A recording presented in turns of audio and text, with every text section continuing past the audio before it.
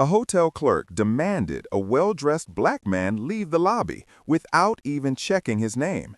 Dylan thought he was just enforcing policy, but behind that quiet voice stood the man who owned the entire hotel chain. Marcus didn't raise his voice, but one phone call flipped the power dynamic completely. And just wait until you see how this story unraveled and why justice, in the end, came full circle. Marcus Hale stepped through the glass doors of the Harbor and Hearth Hotel just past 7:40 p.m. The Georgia air still clung to him, humid and heavy, the way it always did in late summer. He adjusted the strap on his worn leather duffel and took a quick glance around the lobby. Warm lights, dark oak floors, neatly arranged chairs no one ever sat in, and a fireplace display cycling through preloaded flames. Classic Southern hospitality look, polished, staged, and a little too careful. He approached the front desk, moving like someone used to airports, meetings, and silence. Someone who had learned to go unnoticed when it was easier for everyone that way. The desk clerk, a young man in his mid-20s wearing a navy vest with the Harbor and Hearth crest, barely looked up. His name tag read Dylan. He blinked when he saw Marcus and paused.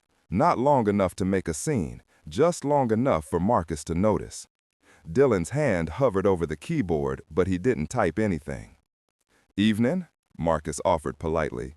"Reservation under M. Hale." Dylan gave a practiced smile, the kind that doesn't reach the eyes. "Sir, we're at capacity tonight. I'm going to have to ask you to leave the lobby unless you're a registered guest." "I am," Marcus said, pulling out his wallet. He slid his driver's license and corporate Amex across the desk, calm, routine. But Dylan didn't reach for them. Instead, his expression settled into something cooler, less apologetic. His tone became flat. "This isn't going to work tonight." Marcus blinked. "Excuse me?" "I'll need you to leave," Dylan repeated. "Hotel policy." He didn't cite a reason. He didn't explain what this meant. He didn't even glance at the computer. The moment landed like a pin dropping in a room where no one wanted to be caught listening. To the left, a middle-aged couple in crisp polo shirts looked away too quickly, pretending to scroll through their phones. To the right, a young housekeeper slowed her rattling cart, eyes flicking between the two men and the front door. The TV mounted above the faux fireplace carried a weather update on mute. Savannah's forecast said rain, but the real storm was already here. Marcus stood still, hands resting lightly on the counter. He knew this pattern, knew it too well. The vague refusal, the preemptive dismissal, the way an entire space silently chose not to intervene. He felt it, that familiar drop in his chest, the quiet humiliation that came not from yelling or confrontation, but from being treated as if he simply didn't belong, as if presence alone was a problem. He took a steady breath and swallowed down the sharp reply that rose in his throat. Then, calmly, clearly, he said, "Look again." He didn't raise his voice. He didn't need to. The words were heavy enough. Dylan hesitated a moment too long before finally typing. The screen blinked. There it was. M. Hale, one night, corporate rate, internal VIP note, restricted access. He saw it. He read it. His jaw tightened. Something shifted behind his eyes. Not surprise, but tension, like a wire being pulled taut in his chest. He told himself what he always told himself: be cautious. He thought of the recent staff meetings, the ones that started with, "We've had complaints," and ended with warnings about certain guests lingering too long, or avoidable incidents at check-in. He remembered the manager's phrase, "Gatekeeping is part of hospitality." Dylan had grown up in a town where gatekeeping didn't need explaining, where who belonged and who didn't wasn't about rules on paper. It was about what made people uncomfortable, what made them defensive, and what made them start whispering words like policy, risk, or safety. Now, standing behind that polished granite counter, Dylan wasn't thinking about hospitality. He was thinking about control and how fast he could reclaim it. He didn't apologize. He didn't acknowledge the reservation. Instead, he tapped the chip reader with rehearsed indifference and said, flatly, "Your card's not reading." He didn't flip it over to try again. Didn't ask for another card. Didn't suggest the backup terminal 2 feet away. He simply pushed the ID and card back toward Marcus, not rudely, but not with care either. Just enough detachment to feel impersonal. Just enough effort to seem official. "You'll need to take this somewhere else," Dylan said, as if Marcus was a problem to be relocated, not a guest to be checked in. Across the lobby, the temperature shifted, not physically, but emotionally. The space felt tighter, heavier, not with noise, but with the weight of knowing silence. The housekeeper, Anna, paused at her cart. She'd seen moments like this before, moments that didn't always make it into incident reports, but lived in the walls of the job. Her hand hovered over the walkie clipped to her hip. "I can call the night manager," she offered carefully, voice barely above a whisper. Dylan didn't respond with words. He just turned his head slightly and gave her a look, sharp, cold, unmistakable. "Don't." It was the kind of glance that reminded staff who got to speak and who was expected to stay invisible. Near the seating area, a teenage boy in a Braves cap was watching the exchange too closely. He pulled out his phone, quietly hit record. "This is messed up," he whispered to his mother. She nudged his arm. "Put it away," she said gently, eyes darting. "Don't get involved." But the boy didn't stop filming. Something in the air told him this moment mattered. Marcus stood still. He hadn't raised his voice, hadn't moved from his spot at the desk. But he could feel it, the quiet shift in the room, the way people suddenly noticed him, not as a traveler or a guest, but as the focus of something unspoken. Not loud hatred, not name-calling or confrontation, just that deeper kind, the kind that hides behind clipboards and standard procedures. And in that moment, Marcus wasn't surprised. He was just tired. Because the most exhausting kind of hatred is the one you have to prove still exists. Marcus stared at the screen behind the desk, his name still sitting there in plain text, untouched.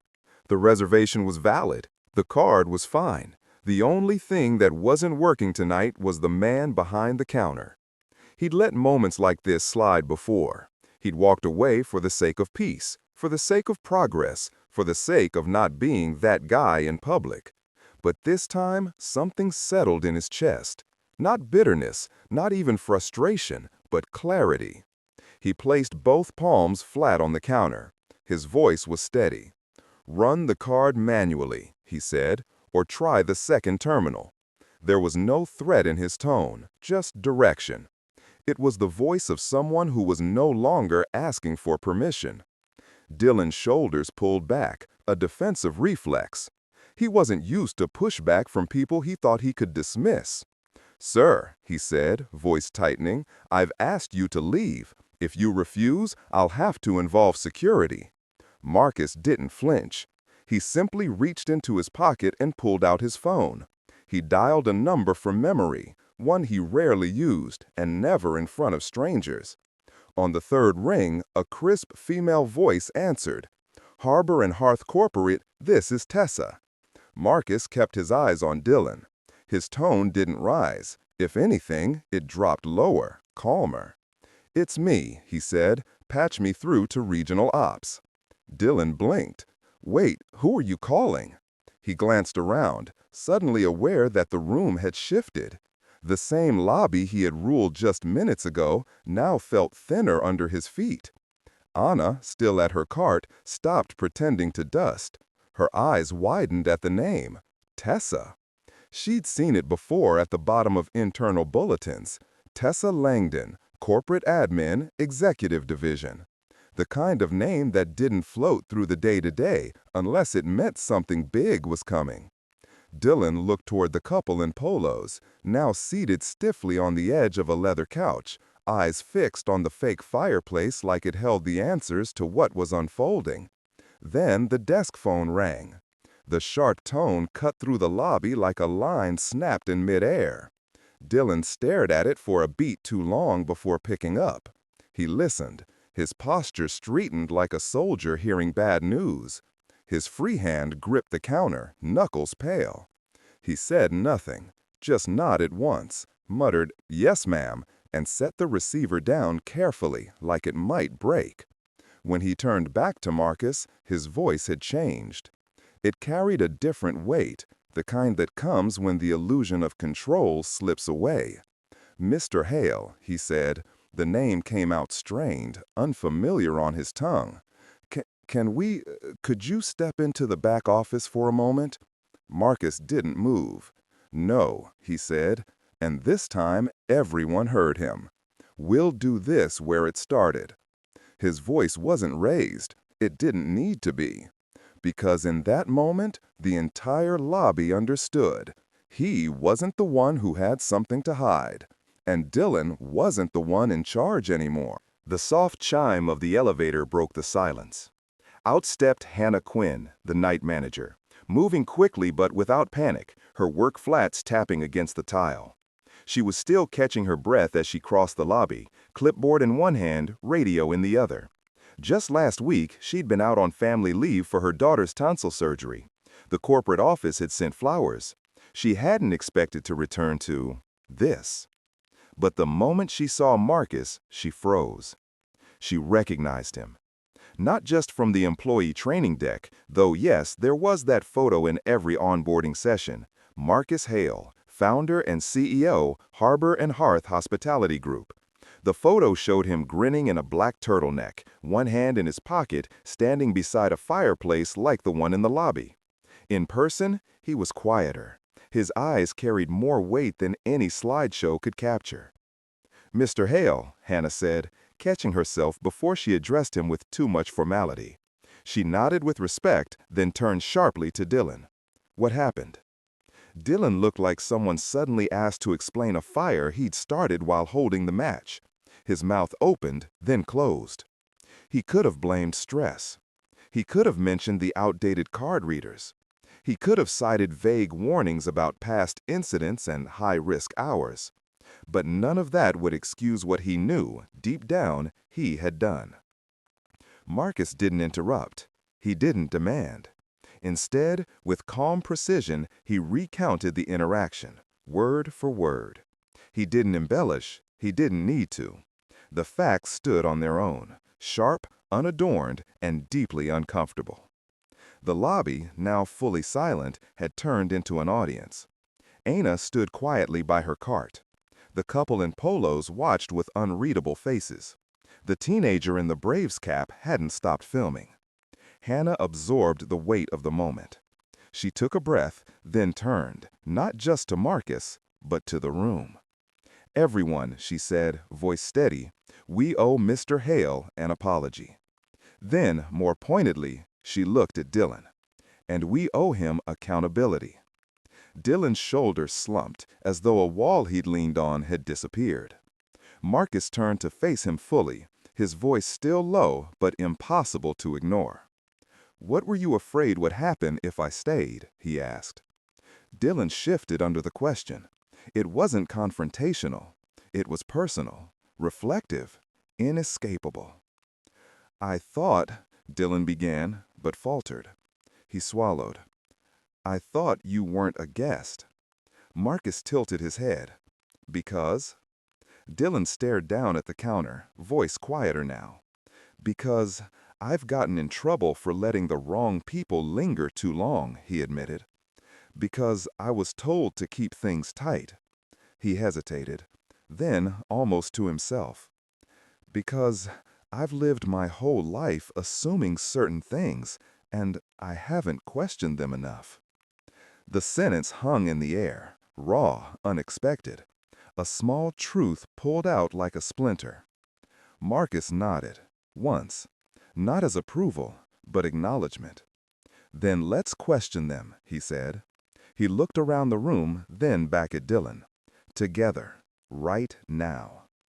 No one clapped, no one cheered, but something in the room shifted. From tension to awareness. From denial to recognition. The real reveal wasn't just who Marcus was. It was what this place still had to learn. The aftermath didn't unfold in shouts or firings. It started with a review, silent, methodical, undeniable. Security footage was pulled, 10 minutes of muted video, filled with small actions that told a much bigger truth. Dylan had ignored the second card terminal, had bypassed steps he routinely followed for other guests, had handled Marcus's ID like it was a mistake waiting to happen, not a person waiting to check in. Witnesses gave statements, some reluctant, some relieved to finally speak. Anna, the housekeeper, spoke softly but clearly. She described moments she'd seen before, interactions that had made her stomach twist but which she hadn't dared question. "I thought if I stepped in," she said, "I'd lose my job." No one dismissed her. This time, someone wrote it down. Marcus listened to all of it, fully, quietly, not out of detachment, but intent. He could have ended it right there. One call, and Dylan would be gone. No fanfare, no resistance. It would have made headlines, would have looked decisive. But Marcus hadn't built Harbor and Hearth to be another chain of pretty lobbies with shallow values.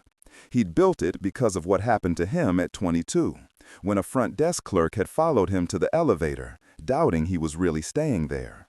He could still remember the scent of citrus cleaner, the artificial smile, the way even laughter could feel like a door being closed. That moment had never left him, and he didn't want anyone else to carry it silently the way he had. He turned to Dylan. His voice was steady, not angry, but resolute. "Here's what happens," Marcus said. "You're off the desk tonight, on full pay. Tomorrow you'll meet with HR. If you want to stay at this company, you'll go through our new Bias to Service program. That includes ride-alongs with our community partners and a full month working in housekeeping and maintenance, so you learn who really keeps this place standing." Dylan looked stunned, but didn't interrupt. "You'll also help me rewrite our lobby policy," Marcus continued. "Something clear, something human, something that protects our staff but doesn't turn policy into a wall." He paused, then added one more condition. "You'll apologize. Publicly. Not because the internet wants a show, but because every person who saw this deserves to hear it." Dylan nodded. His eyes were damp, not with self-pity, but with something heavier, the dawning realization of how much harm can hide in routines. "Yes, sir," he said quietly, then louder, "I'm sorry." He said it to Marcus, to Anna, to the people still in the lobby who now watched with a new kind of attention, not waiting for a fight, but witnessing a turning point. Marcus finally checked in, under M. Hale, the name that had started it all. Hannah offered an upgraded suite. He declined. He took the standard room he had booked, the same way any guest would. By morning, the front desk bore new signage. "We serve with dignity. If we fail you, ask for a manager immediately." A QR code sat below it, linking directly to corporate. No filters, no waiting. 1 week later, Harbor and Hearth announced a scholarship fund in Anna's name, designed to help entry-level employees pursue careers in hospitality management. A step forward in her honor. The video recorded by the teen in the Braves hat eventually made its rounds online. It didn't go viral for drama. It went viral for the moment Dylan stood in the lobby and said, "I'm sorry." And for the line Marcus delivered quietly, but firmly. "We don't correct harm by hiding it. We correct it by changing the way we work." The comments weren't all kind. Some questioned motives. Others missed the point. But the ones that mattered came from night shift desk agents in Ohio, single mothers in Florida, and frequent travelers who had once been told they didn't look like they belonged. They recognized the furniture. They recognized the silence. And this time, they recognized something else too. A system finally bending toward repair. In his office days later, Marcus sat with the lights low and the phone on silent. He let out a long, quiet breath, one he'd held for years. Not because one front desk got it right, but because for once, justice hadn't looked like punishment. It had looked like a door finally opening, and staying open for the right reasons.